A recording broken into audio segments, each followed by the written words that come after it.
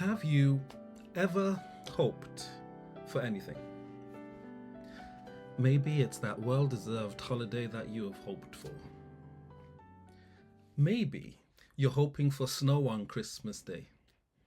In fact, maybe you hope to be in another country at this time of year because the UK is a little bit cold. Have you ever hoped for anything? This year I went to a Christmas Carol concert. And when I was there, I was hoping that they played my favorite Christmas carol. Now, what's my favorite Christmas carol? Well, my favorite carol is Joy to the World, the Lord is Come. I think many of you know this particular carol.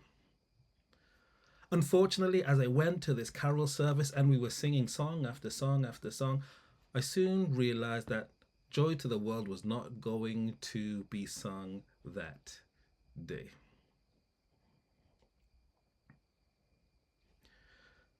That was unfortunate. And as disappointed as I was, I went away from that service and went down a rabbit hole. And as I went down the rabbit hole, I learned something about that hymn, Joy to the World. Now, let me share what I learned with you. Now, Joy to the World was written by a composer named Isaac Watts, and it was written around 300 years ago. Now, when Isaac Watts was a child, only the Psalms were allowed to be sung in the Church of England church. Now, by the time he became a young man, this had changed and hymns were allowed. Now, Isaac Watts, he was a composer and he then started to compose a number of hymns. The thing was, many of his hymns were actually based on the Psalms, including my favorite, Joy to the World. Now, Joy to the World is based on Psalms 98. Now, let me just read a couple of verses for you from Psalms 98. Psalms 98, verse 4. This is what it says. It says, "Make a joyful noise to the Lord, all the earth. Make a loud noise and rejoice and sing praises." Then let's go to verse 8. And it says, "Let the rivers clap their hands, and let the hills be joyful together before the Lord. For he is coming to judge the earth with righteousness. He shall judge the world and the people with equity." Now, if you read this chapter in its entirety, you will notice something, perhaps as I did. If you compare this chapter to and Joy to the World to the Christmas narrative, there seems to be something missing.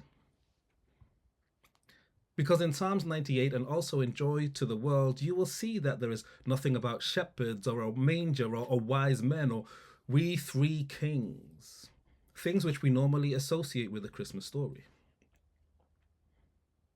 I found out that there was a reason for this. And the reason was that Isaac Watts didn't write Joy to the World to be a Christmas carol. You see, the original theme for this song, if you look at the lyrics, is about the second coming of Jesus. And it was saying many incredible things will happen when Jesus comes again. The rocks will sing and he will judge in righteousness. Joy to the world. So this Christmas carol isn't really a Christmas carol. And now I feel vindicated for liking to sing this song all year round. But it is sung on many occasions as a Christmas song. And as you hear and sing this carol this season, actually think about the words. And when you think about the words, apply them to the Christmas story. Joy to the world, the Lord is come. The first time. knowing that he is going to come again. Let the lyrics point you to the fact that Jesus is the reason for this season, that he came to save the world. And if he came to save the world the first time, we have a hope that he is coming again, and he is here to judge in righteousness, and he wants to save you. You see, we have this hope, a hope that brings, a hope that sparks joy in this world. While this is all true and wonderful and magnificent, there's something else that I'd like to share and add to this as well. You see, Christmas is a time of carols and lights and festivities for many. But for a number of others, Christmas is a painful reminder of what they lack or what they have lost during the year. You see, for some people, it's been a really tough year. There are those individuals like myself who have experienced the loss of a family member, or they have experienced the loss of someone precious. Earlier this month, in December, I was in attendance of a funeral of a young lady, 17 years old.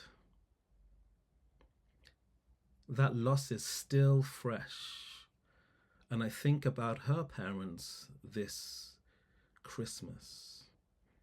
For some, it's been a tough year. There are those who have been estranged from their families and friends because of abuse or neglect or a lack of care. There are those who are even fearful in their own homes. The parties, the gift exchanges, the celebrations do not bring joy. And really, I'd like to say this as we celebrate Christmas. Let's remember the reason that Christ came. Jesus came to share God's love in a physical form so that he could bring hope to others. And maybe this Christmas, that is what we should be doing, sharing love in a physical form so we, in the power of Jesus, can bring hope to others. You see, people don't need us to say, you must have joy at this time, you need to cheer up. But there are those who want us to be a light in their darkness, to love them in their brokenness. There are those who need us to empathize with them in their suffering and comfort them with words.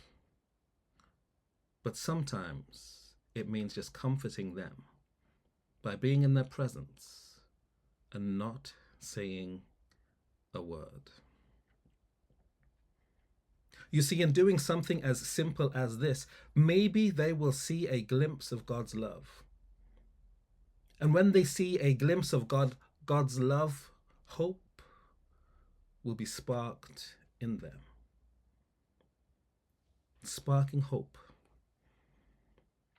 There is hardly a better gift to receive. So it is my prayer that this Christmas that we show love and spark hope. A hope that something better is going to come. A hope that things will turn out better than they currently are. And the thing is, that may not happen in this age. We may have to wait for the age to come for that to be fully manifest. In fact, we will have to wait for the age to come for that to be fully manifest. But it does not mean that we can do nothing now.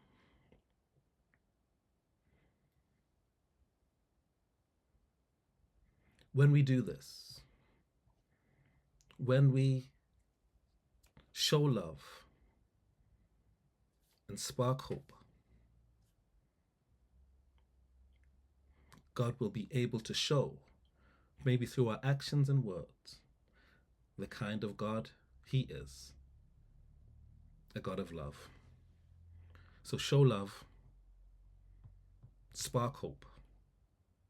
Hope that Jesus is coming again and things will ultimately get better.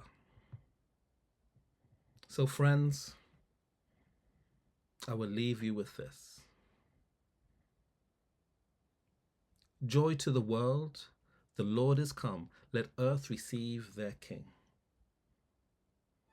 And at this time, let us share the wonders of His love and spark hope. And then He, through us, will have brought a glimpse of joy to this world. Let earth receive her King. Take care. Love those you can, and those you can't love, pray that God will give you His ability to love them, so that we can also experience the wonder of His love. And let us bring the joy to the world that we can bring. God bless.